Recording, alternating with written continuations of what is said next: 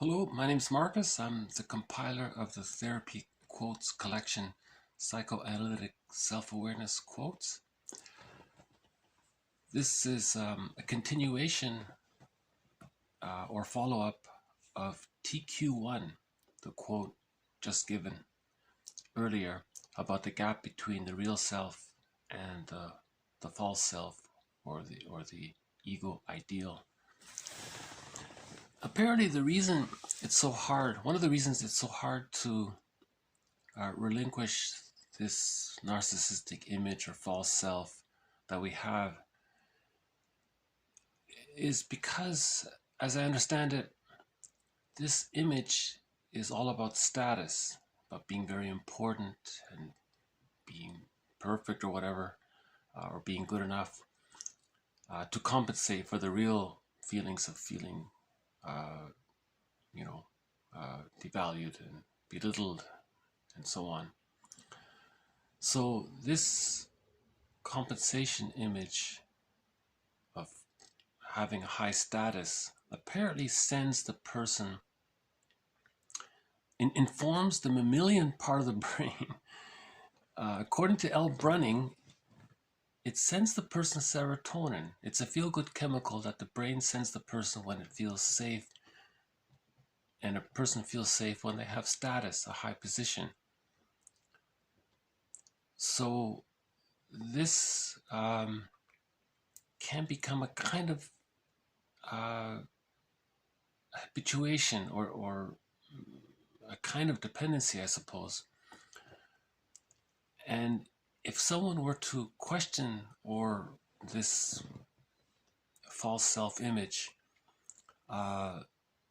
then they would lose the serotonin and they would become more in touch with the real self. But the real self is under duress, and there's stress hormones related to that. So that's apparently one of the and in the myth of Narcissus, in the myth of Narcissus, you know, he's addicted to this image of himself, and that's why they named the character after the flower Narcissus, because apparently the flower has a kind of an addictive quality to it. I don't know, but apparently it can give people hallucinations or something. And Narcissus comes from the Greek word narke, Narke, which I think stems from narcotic or something. Anyways,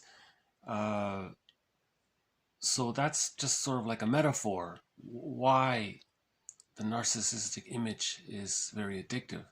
It's not literally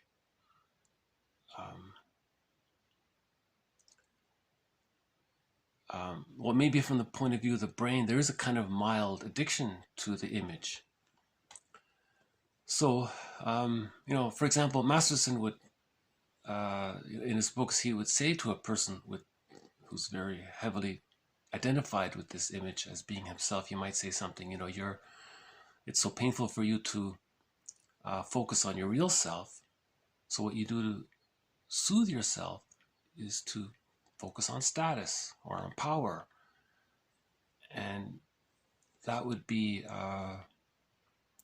one way to acknowledge both the pain of the real self and what he does to take away that pain. And his strategy is to focus on identifying with that false self. So that's so this is a follow-up to TQ1, an extension of it. I noticed that when I post a 10-minute video, it says it takes 2 hours to post. So I'm now thinking that when I